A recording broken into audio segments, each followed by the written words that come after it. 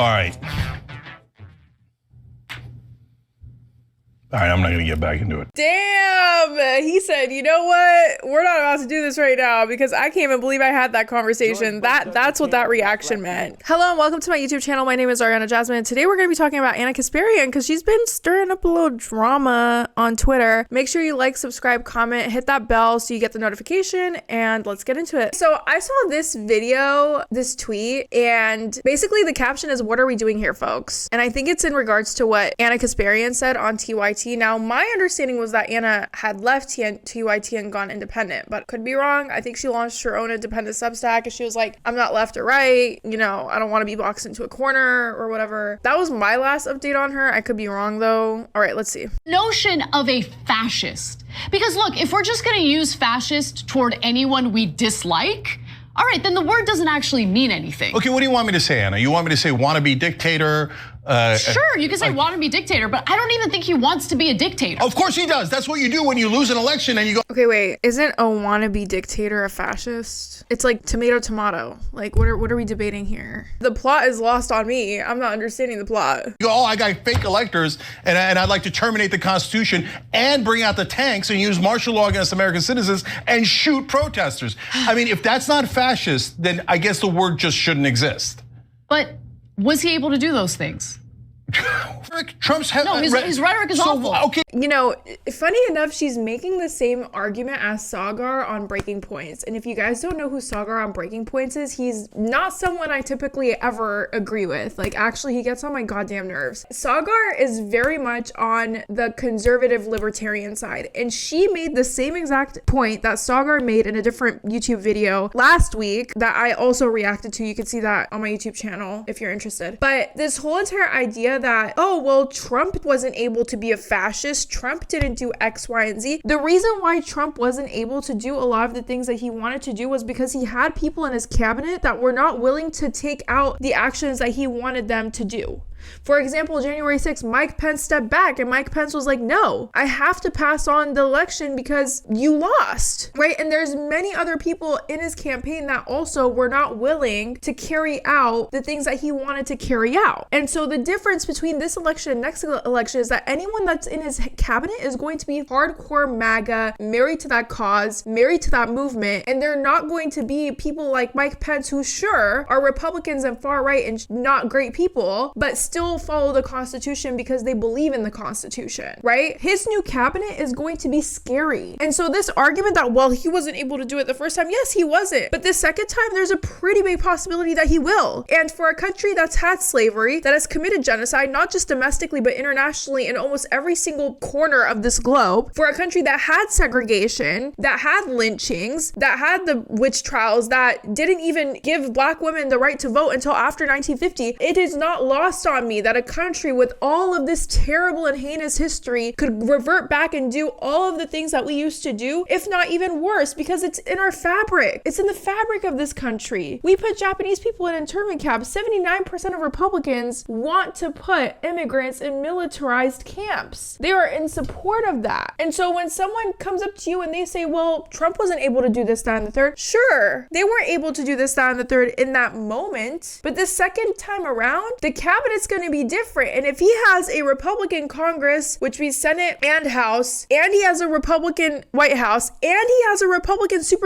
majority SCOTUS, the world is his oyster. And also, what's to say that Trump isn't going to be more emboldened this time around? Like, what, you think he's going to be like teetering on a line? Like, no, he's going to be like, fuck you guys. I got impeached multiple times. You guys kicked me out even though I won this election, because he believes that he won the election. And I'm still back. Screw you. I'm going to do whatever the hell I want. Like, he has no incentive to be a normal person. Okay, if you don't want to be called fascist, stop saying fascist things. It's not that hard. Okay. Not that hard. Oh, here, let me have dinner with Nick Fuentes, who's a Nazi, Kanye, who's a Nazi, and let me say there's good people on the Nazi side. Oh, it could be pro-Confederate guys. Might be guys who are pro-slavery who are good guys. Let me do all of these things. Let me say that immigrants are poisoning the blood of our nation, a Nazi term that is only used in the past by Nazis, and then say I'm gonna ban Muslims, I'm gonna do this and this and this to all the other ethnic groups, and then go, oh, I can't believe you called me a fascist.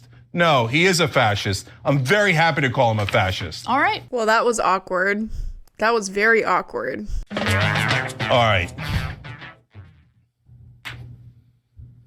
All right, I'm not going to get back into it. Damn! He said, you know what? We're not about to do this right now because I can't even believe I had that conversation. That's what that reaction meant. Obviously, this clip is going viral on Twitter and a lot of people have a lot to say because people are not happy. I mean, I don't really know what her point with this was. Like, Trump is a fascist. He holds fascist ideologies. Like, that's not up for debate. If you don't agree with that, I don't really know what to tell you. Like, as someone who follows politics and is a political commentator and has such a high ranking in the realm of journalism, I would have expected more from her, but at this point the expectation for everyone is down in the gutter. Wasn't going to follow up, but it would be weird to do a story with a beginning and middle and no end. That's the end of whatever saga this is. It's honestly sad to watch. I'd like to know if Cheney is a fascist. I don't know if he's a fascist, but he's definitely a war criminal. Anna is really killing TYT before our very eyes, and not necessarily for a political shift, but because it's absolutely killing the dynamic of the show. They used to have fun. No fun to be had there anymore. Honestly, I'm gonna be really honest with y'all. I stopped watching TYT back when Anna came out as a TERF. And it was very heartbreaking for me because I actually looked up to Anna. And I remember we used to follow each other on Twitter because I used to look up to her. But it came to a point where I was like, we are not aligned and you're going down a path that I don't align with. And that's fine. Like, I believe in freedom of speech. You can believe in what you want to believe in, but will I look up to you? No, I won't. You're not somebody that I would look up to after you come out saying that you don't believe trans people deserve certain rights. It's just that simple. This is what consuming right media does to a person on the so-called left. So don't get me wrong, but if you guys don't know, Cosmopolitics Christina is also a Twitch streamer, and don't get me wrong, but I think her and Anna have gone back and forth before on Twitter. So Christina responded to this video. This is what consuming right media does to a person on the so-called left. People are commenting,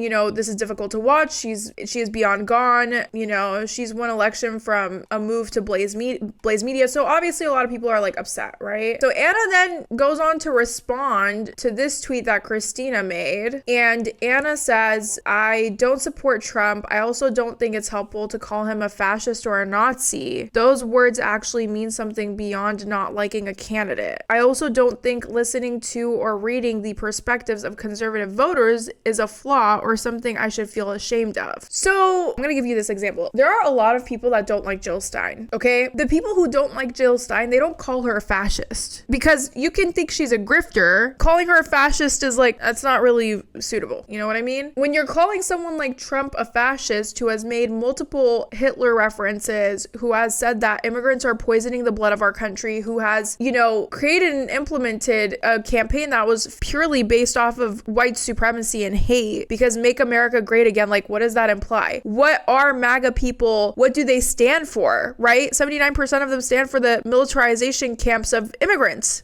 People who stand for far right beliefs under the Trump umbrella tend to believe in fascist shit. Like it's not that, 2 + 2 = 4. It's not that complicated, right? Let me give you this example. A couple days ago, this report came out that Donald Trump had said something good about Hitler or something like that, right? And people were debating. They were like, okay, well, did Trump say this? Did he not? The person who said this was like a disgruntled former employee of the Trump administration. And it's like the fact that we're even debating that him looking up to Hitler or saying something good about Hitler is plausible is a bad sign in itself. Oh, interesting. She tweeted again. Okay, fine. I'll buy it. Fascism requires a militarized citizenry, conquest/imperialism, the elimination of our governing bodies like Congress, and the notion that anyone who isn't a part of a master race should be massacred. Weird thing to label a guy who brags about not starting any new wars. There's so much to unpack here. He also passed criminal justice reform and personally pardoned Black inmates who were serving life sentences for drug crimes who Obama was unwilling to pardon. But I'm the fucking stupid one. Okay, let's break this down. Let's break this down, okay? You can be a fascist while not doing all of these actions. You can want to do all of these actions and still be a fascist because you adhere to fascist ideology. Second of all, this tweet is very much giving, I have Black friends, therefore I'm not racist energy. Or I have Arab friends, therefore I'm not racist towards Palestinians energy. Saying like, hey, he pardoned a couple of Black people, therefore he's not a fascist, doesn't necessarily mean that he still doesn't adhere to fascist ideology. I mean, you want to talk about black people, we could talk about what he did with Central Park 5, how he took out the whole entire newspaper page saying that, saying that the black men were responsible for a murder when they weren't. I mean, you want to talk about black men and Donald Trump, we can talk about it. This is something that a lot of people on the right do. And I want y'all to understand this, okay? They pull out one example, one thing that proves their point, and they make that into their whole entire picture. For example, they'll be like, oh, this one immigrant killed one person in Wyoming, therefore all immigrants are killers and we need to ban all of them. This is a very common right-wing tactic. Okay, I'll bite her tweet, right? To some extent, sure, he wasn't able to eliminate governing bodies. He didn't want to, have a master race to massacre people who aren't a part of the master race. Like, sure, he wasn't able to do those things, right? The thing is, we have checks and balances in this country, and the people on his cabinet were willing to follow those checks and balances. There is no telling if those people are going to be existent in his cabinet, number one, and there's no telling if they're going to follow those checks and balances, number two, because he incited the January 6th riots. He incited the January 6th coup. If Mike Pence didn't go against what Trump said and say, no, I believe in the Constitution, I'm handing over power, we would have been screwed. I don't think you guys understand. There was no process for if a vice president doesn't pass over power. Now there's a process. Now they've implemented a lot of different processes because of what Trump did after 4 years. But when that happened, we didn't have any checks or balances. We didn't have any process. So if Mike Pence was like, yeah, screw you guys, I'm with Trump, there's no telling what could have happened. There's genuinely no telling. You're right. Those words do mean something, which is why historians, political scientists, and reasonable people who are rightfully calling him a fascist, I'll make it easy for you. Powerful, often exclusionary, populist nationalism centered around the cult of redemption, an infallible leader who never admits mistakes. Okay, that's the whole entire Make America Great Again, MAGA movement. Political power derived from questioning reality, endorsing myth and rage, and promoting lies. That's literally Trump. Fixation with perceived national decline, humiliation, or victimhood. Yes, he literally goes on rants about how he really won the election when he didn't. White replacement theory used to show that the democratic ideals of freedom and equality are a threat. Oppose any initiatives or institutions that are racially, ethnically, or religiously harmonious. So I know that Obama created, the Muslim ban, but he's the one that implemented it, right? So that's one example. But also, he has said that immigrants are poisoning the blood of this country. He had a comedian at his rally say that Puerto Rico is, floating garbage. This is true too. Disdain for human rights while seeking purity and cleansing from those they define as a part of a nation. Yes, he does not like human rights. He's been very clear about that. Identification of enemies and scapegoats as a unifying cause. Yes, he literally calls Kamala Comrade Kamala. Supremacy of military and embrace of militarism in an easy, effective, and collaborative traditional. Yes, he wanted to shoot protesters, and yes, he literally wanted to order people to shoot protesters. So yeah. Rampant sexism. Yes, he literally said grab them by the PUSSY. Okay. Control of mass media and undermining the truth. Yes, journalists were literally getting attacked while he was president. Obsession with national security, crime, and punishment, and fostering a sense of nation under attack. Oh, of course, always. He literally says the nation is under attack and the FBI is a joke. Religion and government are intertwined. Ugh. Okay, don't even get me started on Project 2025 with point 11. Point 12, corporate power is protected and labor power is suppressed. Do you want to know how much corporate bailouts this man gave in 2020? This man bailed out the whole entire airline companies just for them to go back and do stock buybacks. And the people